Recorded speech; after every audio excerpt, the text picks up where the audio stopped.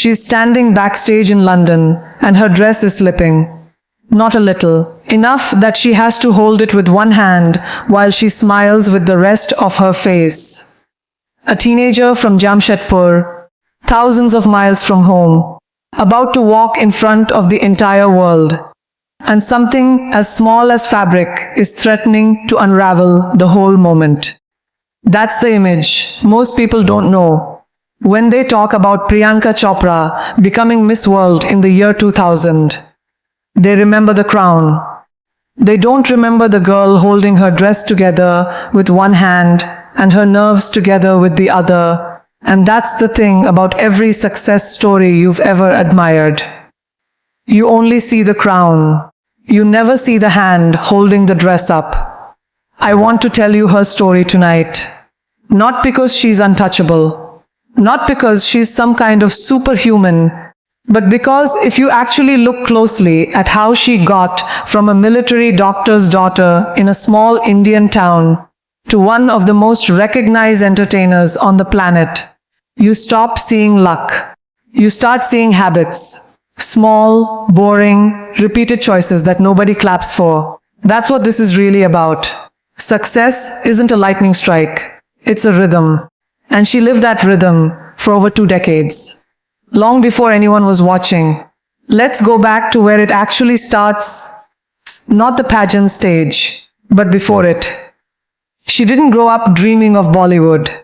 Her parents were both physicians in the Indian Army, which meant her childhood was a series of new cities, new schools, new versions of herself she had to build from scratch every time the family moved. Think about that for a second. Every time you finally find your footing somewhere, you're uprooted again. Most kids would either shrink from that or adapt to it. She adapted. She learned early, without knowing she was learning it, that reinvention wasn't something to fear. It was something you just did. Quietly. Repeatedly. That instability, that constant starting over, became a kind of training ground. Not for fame, for flexibility. She entered the Femina Miss India pageant almost by accident, encouraged by her brother, who thought her height gave her an edge. She wasn't chasing a crown as some lifelong dream. She was chasing an opportunity, prize money, that could fund an acting career she quietly wanted. That's worth sitting with. She didn't wait for the perfect entry point into her dream. She took the door that was actually open, even if it wasn't the one she'd pictured. And then came the 30th of November, 2000, in London. The dress that wouldn't behave.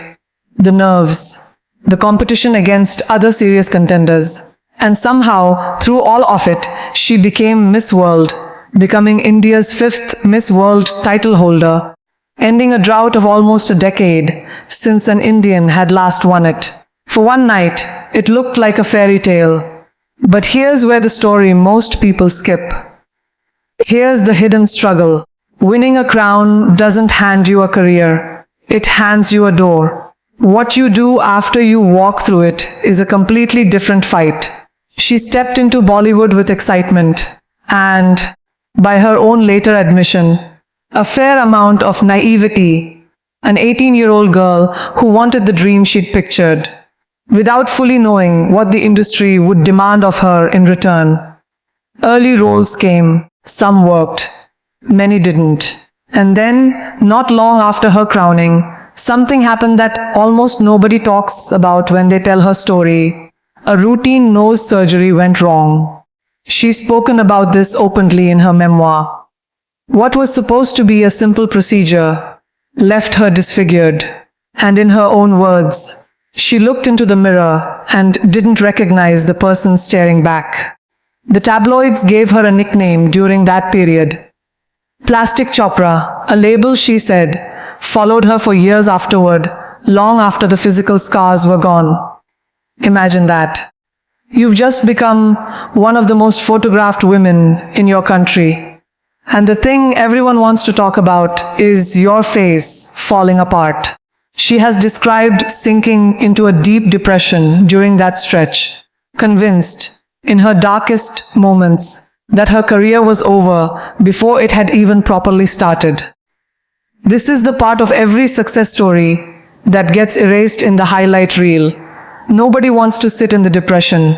Nobody wants to sit in the mirror moment. But you have to, because this is where the real character gets built, not in the winning, in the surviving. Here's the turning point of that first chapter. Her father, also a physician, stayed with her through corrective surgery, holding her hand through the fear of doing it all over again. And when she went back to work, a director named Anil Sharma, one of the few people willing to stand by her, while the industry's confidence in her wavered, shifted her into a smaller supporting role instead of the lead she'd originally been cast for, and told her, essentially, that even if the part was small, she should give it everything she had, and she did. That's it. That's the whole turning point. Not a miracle, not a montage. Just a woman choosing to show up fully for a diminished opportunity instead of sulking through it or walking away. And that gives us the first principle, the first real lesson buried in this stage of her life. Discipline shows up most when the spotlight shrinks. Anyone can give their best effort when they're the lead, when the crowd is cheering, when the stakes are glamorous. The habit that actually separates people isn't what they do when they're winning. It's what they do when they've been demoted, overlooked, or humbled. And they show up anyway, at full intensity, for a role nobody's going to praise them for. That's not talent. That's a habit. A daily decision to not let your effort shrink just because your circumstances did. From there, her career actually started to build real momentum, not overnight, but film by film, choice by choice. In 2004, she took on a role in Aitraz, playing a seductive antagonist, a part that could easily have limited her, boxed her in.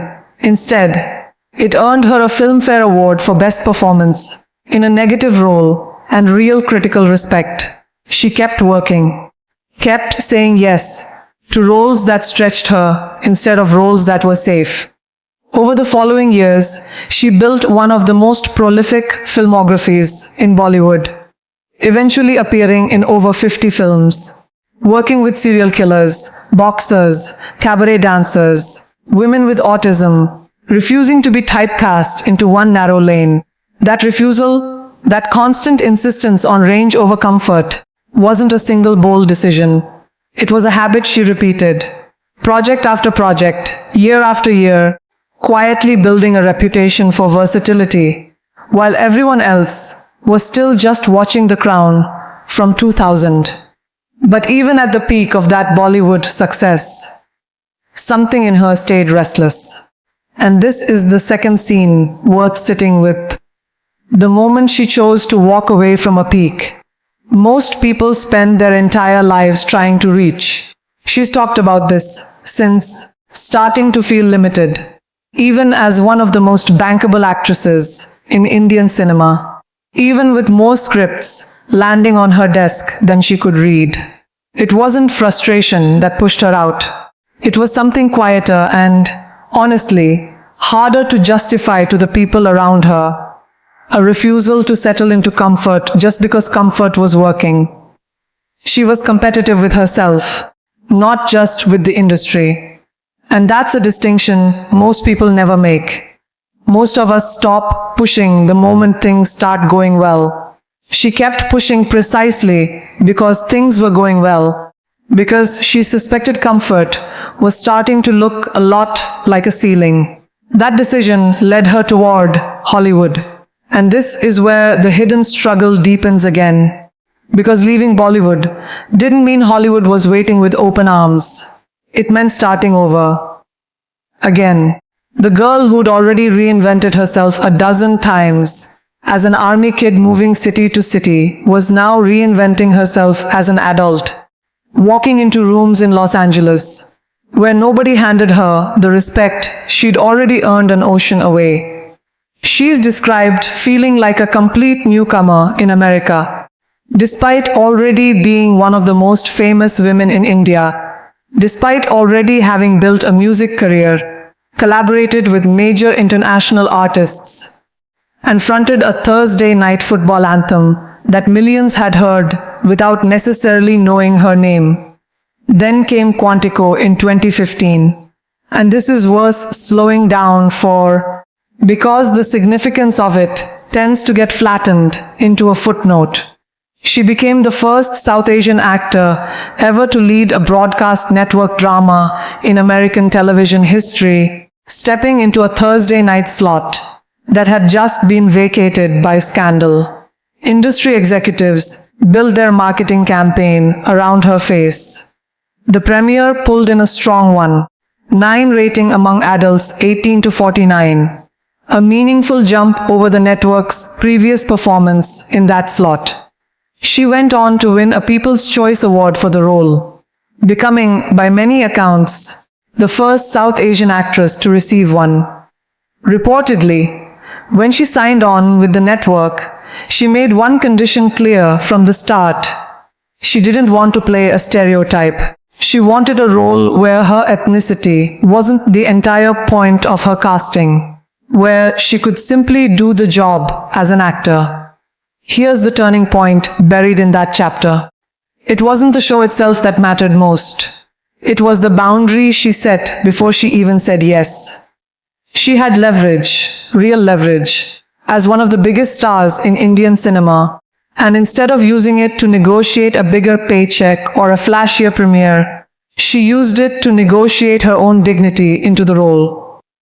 That's a habit dressed up as a single decision, the daily discipline of knowing what you will and won't accept, and holding that line even when the offer in front of you is historic.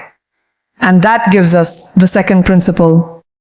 Success doesn't ask you to abandon your standards once you get access to bigger rooms. It tests whether you'll keep them. Anyone can hold a boundary when they have nothing to lose. The real habit, the one that actually compounds over a lifetime, is holding that same boundary once you finally have something significant on the table. Most people cave right at the moment they get real leverage, telling themselves they'll set the boundary next time. She didn't wait for next time. She set it right there, in the room, before the ink was dry. Now here's where it gets uncomfortable, because I don't want to sell you a version of this story where every setback magically transforms into a triumph. That's not how it works. And it wasn't how it worked for her either. Even during her rise in the American entertainment industry, she's spoken about moments early in her Bollywood career that had nothing to do with talent or ambition at all, including a deeply uncomfortable experience where a filmmaker in front of her instructed a stylist that her wardrobe needed to be more revealing, treating her presence in the room as though she weren't fully a person with a say in the matter. She's called it dehumanizing. That's not a footnote you gloss over to keep the story inspirational. That's part of the actual terrain successful people walk through, especially women, especially in industries built on image.